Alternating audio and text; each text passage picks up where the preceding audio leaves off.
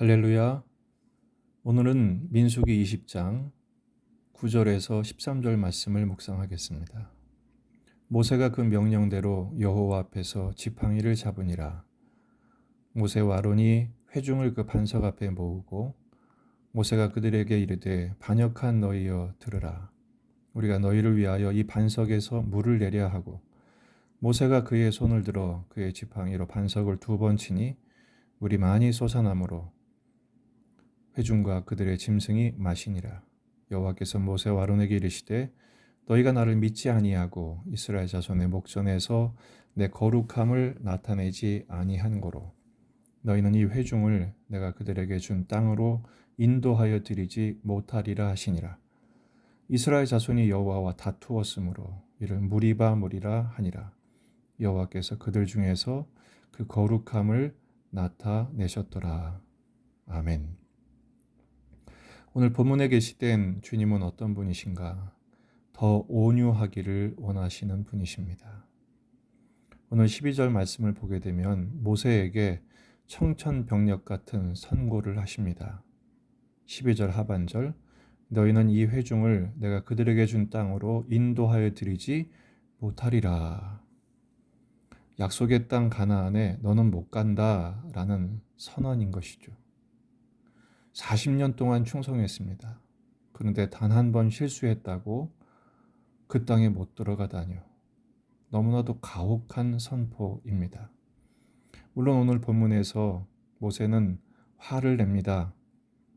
혹자는 반석을 2번 쳤기 때문이라고 한 번만 치면 된다고 그랬는데 사실 어쨌든 화를 냈습니다. 그러나 그럴만 했습니다. 이스라엘이 너무 못돼 먹었으니까요. 하지만 어쨌든 그로 인해서 너무나도 가혹한 결과가 주어진 것입니다. 가만히 생각해 보면 오늘 본문이 좀 이해가 안 됩니다. 출애굽기 32장에서 우상을 숭배했던 금송아지를 섬겼던 백성들을 보고 모세가 40일 동안 금식하며 받았던 하나님의 돌판, 그걸 산 아래로 던져서 깨뜨려 버립니다. 작은 나무 조각이라도 주님이 주셨다면 그것을 평생 소중히 아껴도 모자랄 판에 모세는 화를 내서 그것을 깨뜨리죠.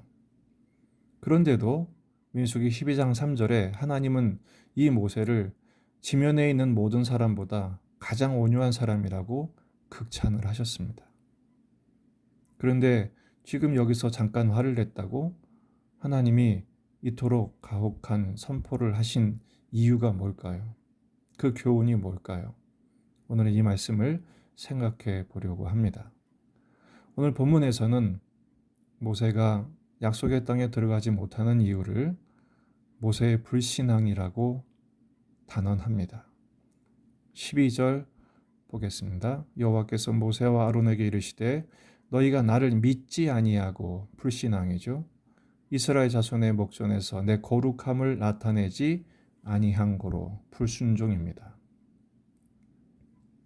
어떻게 이거를 불신앙이라고 불순종이라고 할 수 있을까요? 그 이유는 첫 번째, 모세가 하나님의 마음을 깨닫고 그 마음에 집중하는 일보다 자기 감정에 붙들렸기 때문입니다. 모세는 아무리 백성들이 이렇게 못돼 먹게 원망하고 불평하고 도전했어도 하나님의 큰 일을 보게 될 것이라고 하나님의 마음을 전하며 하나님이 시키시는 일을 냉정하게 시행해야 했습니다. 그러나 10절에서 뭐라고 합니까? 모세가 그들에게 이르되 반역한 너희여 들으라. 우리가 너희를 위하여 이 반석에서 물을 내랴. 이 반역자들아, 우리가 물을 낼까? 그러면서 화를 낸 거죠. 물론 저처럼 지금 이렇게 냉정하게 말하지 않았겠죠. 크게 화를 냈을 겁니다. 하나님이 그런 모세에게 화를 내신 겁니다. 정확하게 말하면 너 왜 내 자식한테 화를 내냐? 이런 거죠. 아무리 못돼 먹어도 이 백성은 내 백성이다. 나는 이 백성을 여전히 긍휼히 여기고 은혜로 품기를 원한다라는 것입니다. 이것에 대하여 모세가 자기 감정으로 대했으니 하나님 보시기에는 옳지 않았던 것입니다. 두 번째는 자신에게 주신 말씀에 귀 기울이지를 않았습니다.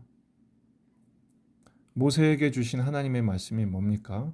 8절 지팡이를 가지고 내 형 아론과 함께 회중을 모으고 그들의 목전에서 너희는 반석에게 명령하여 물을 내라. 내가 그 반석이 물을 내게 하여 회중과 그들의 짐승에게 마시게 할지니라. 그러니까 물을 내는 방법은 바위에게 명령을 하면 됩니다. 반석에게 명령을 하면 돼요. 그런데 모세는 어떻게 했어요? 반석을 2번 쳤죠. 어떤 분은 한 번이면 된다고 했지만 2번 쳐서 문제라고 했지만 이건 한 번도 문제가 되는 겁니다.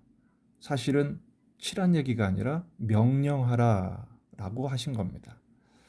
반석을 치라고 한 적이 있었습니다. 출애굽기 17장에서 첫 번째 르비딤 사건에서 반석을 그때는 지팡이로 쳤을 때 물이 터졌죠.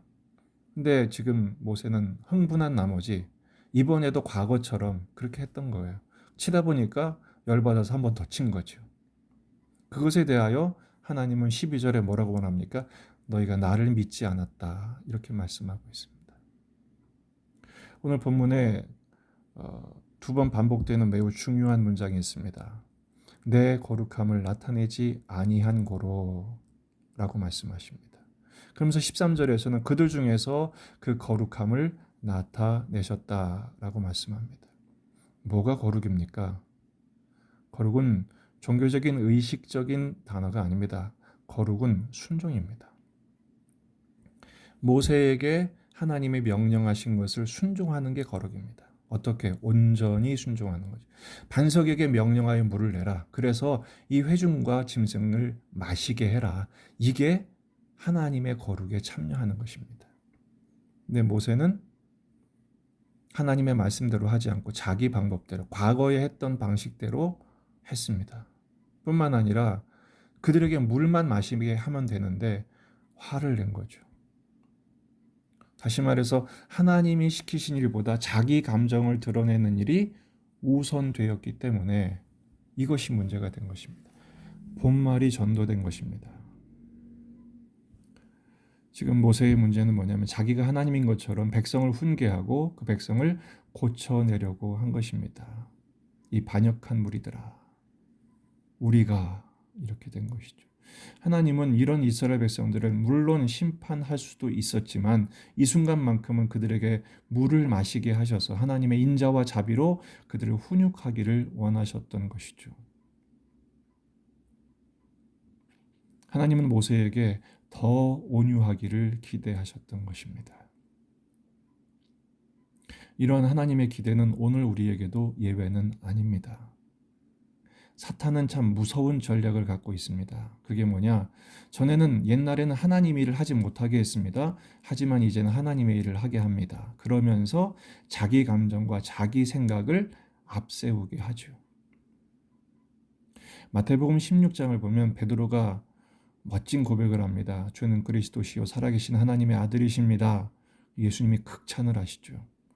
그러면서 내 고백 위에 교회를 세우겠다. 그러면서 예수님이 고난을 당하시고 죽임을 당하시고 부활하실 것에 대한 구원의 일정을 예고하십니다. 그때 베드로가 어떻게 합니까? 항변하며 그랬어요. 그 예수님께 항변했단 말은 꾸짖었다는 것입니다. 그러면서 말합니다. 그리 마옵소서. 그때 예수님이 뭐라고 말씀하십니까? 마태복음 16장 23절 사탄아 내 뒤로 물러가라. 너는 지금 하나님의 일을 생각하지 않고 도리어 사람의 일을 생각하고 있다. 그러면서 하신 말씀이 나를 따라오려면 자기를 부인하고 자기 십자가를 지고 나를 따라야 한다라고 말씀하십니다. 다시 말해서 내 거룩함을 나타내라. 뭐가 주의 거룩함을 나타내는 거예요? 주님의 말씀대로 순종하는 것. 지금은 예수님이 십자가를 지시고 죽으시는 일이 하나님의 거룩함을 나타내는 일이었고 너희도 이제는 그 길을 따라와야 한다라는 것입니다. 그래서 영적인 전쟁은 그렇게 쉬운 게 아닙니다. 결국은 내 감정, 내 생각, 내 뜻 이것들을 앞세우는 자신을 쳐서 자기를 부인하는 것 이게 바로 영적 전쟁의 실체인 것이죠. 참 조심해야 됩니다. 아무리 선한 마음으로 순수한 열정으로 한다 할지라도 우리는 어느덧 빗나갈 수 있습니다. 순간적으로 빗나갈 수 있습니다. 하나님의 뜻이 아닌 자기 뜻이 앞서게 되고 하나님의 마음이 아닌 자기 감정에 붙들리게 될 때 우리는 빗나가게 됩니다. 그걸 방종이라고 하죠. 항상 깨어 있어야 합니다. 이 싸움을 해내셔야 합니다. 그러면 모세는 어떻게 했어야 했을까요? 모세는 그 앞에서도 백성들이 모세와 아론을 치려할 때, 원망하며 쫓아왔을 때 그들은 그때마다 하나님께 엎드렸습니다. 하나님의 긍휼을 구한 거죠. 그리고 그들을 위해서 중보했습니다. 지금도 그렇게 했어야 했습니다. 물론 제가 볼 때도 한계를 넘어선 것은 분명합니다. 하지만 하나님은 더 온유하기를 원하신 것이죠. 그리고 두 번째로 백성에게 그 하나님을 보이는 일, 그 하나님의 마음을 전하는 일, 하나님의 역사를 나타내는 일에 더 집중했어야 했습니다. 하나님을 의존하고 백성들을 하나님께 맡겨드려야 했죠. 자기가 고치려고, 자기가 바꿔내려고 했던 것 자체가 모세에게 큰 패착이었던 것입니다. 그러나 오늘 말씀은 또한 구원의 역사도 발견하게 됩니다. 그럼에도 불구하고 모세가 이렇게 실수하고 어떻게 보면 가나안 땅에 들어가는 일에 실패했음에도 불구하고 하나님은 그의 실수와 실패도 사용하십니다. 오늘 본문의 내용과는 다르게 신명기 1장 37절에서는 해석을 좀 달리합니다. 여호와께서는 너희 때문에 내게도 진노하사 너도 그리로 돌아가지 못하리라. 오늘 본문에서는 모세의 문제였지만 사실은 하나님은 신명기에서 이것을 백성의 문제로 보다 포괄적으로 해석하십니다. 시편 106편 32절 33절을 보면 그들이 또 무리바 물에서 여호와를 노하시게 하였으므로 그들 때문에 재난이 모세에게 이르렀나니. 지금 이 문제를 백성 때문이라고 이야기하십니다. 다시 말해서 모세의 잘못 때문에 못 들어간 것도 있지만 하나님이 모세를 못 들어가게 하신 이유가 있는 것입니다. 다시 말해 이 출애굽 1세대에 틀린 망해버린 그들의 세대와 같이 틀리게 하신 거죠. 같이 망하게 하신 겁니다. 모세를. 이것은 왜 이렇게 중요하냐? 죄인에게 죄인으로 오신 예수님의 모형이 되게 하시기 위함이었습니다. 예수님은 죄인으로 오셔서 죄인된 우리를 위해 죽으심으로 죄인된 우리를 의인 되게 하시는 화목의 제물이 되어주셨죠. 십자가의 신비가 뭡니까? 십자가의 능력이 뭡니까? 망해도 승리케 되는 것이죠. 불의한 죄인의 자리에서 우리를 의롭게 하시는 하나님의 사랑과 능력을 나타내 보이시는 것입니다. 교리적으로 말하면 전적 타락의 자리에서 전적 은혜로의 반전을 보이신 것입니다. 다시 말해 개인적으로는 모세가 가나안 땅에 못 돌아간 것이 안타까운 일이었지만 이것이 오히려 십자가의 비밀을 나타내며 복음을 설명하는 복된 인생으로 쓰임받을 수 있었다는 사실입니다. 그렇습니다. 오늘 우리는 망한 것 같을 때가 있습니다. 오늘 또 하루 종일 우리는 주님의 뜻대로 살겠다고 고백했지만 실패할 수도 있습니다. 하지만 명심하십시오. 예수님 때문에 우리는 다시 일어설 수 있습니다. 오직 주의 은혜로 주님 우리를 세워내실 것입니다. 그리고 우리에게 교훈하시죠. 더 온유한 자가 되라. 물론 모세는 오늘 본문에서는 모범이 되는 일엔 실패했고 교훈이 되는 일에는 쓰임받았습니다. 나아가 우리의 인생이 우리 후대들에게도 모범이 되고 교훈이 되는 인생이 될 수 있다면 얼마나 좋을까요? 그렇게 되기 위한 두 가지 실천을 제안하려고 합니다. 첫째, 분을 내지 말자는 것입니다. 오늘 결국 모세의 실패는 화를 내다가 이렇게 된 것입니다. 잘 참다가 마지막에 한 번 화를 내다가 이렇게 됐죠. 잠언서 15장 18절 분을 쉽게 내는 자는 다툼을 일으켜도 노하기를 더디하는 자는 시비를 그치게 하느니라.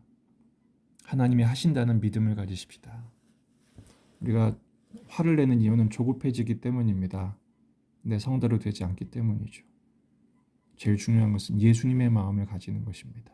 그리고 이 모든 일을 이루시는 주님께 대한 전폭적인 신뢰, 그리고 하나님의 마음을 알기 위해서, 하나님의 마음만을 전하기 위해서 엎드릴 때 우리의 분노를 다스릴 수 있게 될 것입니다. 두 번째는 빗나가지 말자는 것입니다. 모세는 자기 감정과 자기 생각에 눌려서 잠시 하나님의 뜻을 빗나가게 됐죠. 하나님의 거룩함을 나타내는 일에 실패하고 말았습니다. 온유가 뭡니까? 온유는 무조건 부드러운 것이 아닙니다. 주인이신 하나님의 뜻에 신실하게 예 함으로 아멘 하는 것, 이게 온유죠. 끝까지 온유하자라는 것입니다. 에베소서 4장 1절에 3절, 그러므로 주 안에서 갇힌 내가 너희를 권하노니 너희가 부르심을 받은 일에 합당하게 행하여 모든 겸손과 온유로 하고 오래 참음으로 사랑 가운데서 서로 용납하고 평안에 매는 줄로 성령이 하나 되게 하신 것을 힘써 지키라. 겸손, 온유, 오래 참음, 사랑 가운데 용납함으로 주님의 뜻을 힘써 지키는 것, 내 거룩함을 나타내라. 오늘 하루 종일 아무리 사소한 일이라도 성실하게 순종하십시다. 아무리 부담되는 일이라도 믿음을 가지고 담대하게 감당하십시다. 하나님께서 그런 우리의 순종을 통해 하나님의 거룩함을 나타내 보이시며 우리를 하나님의 의로운 도구로, 또 온유한 하나님의 일꾼으로 만들어 세우실 줄로 믿습니다. 종일토록 주님과 동행하는 축복의 삶을 누리시기를 주의 이름으로 축원합니다.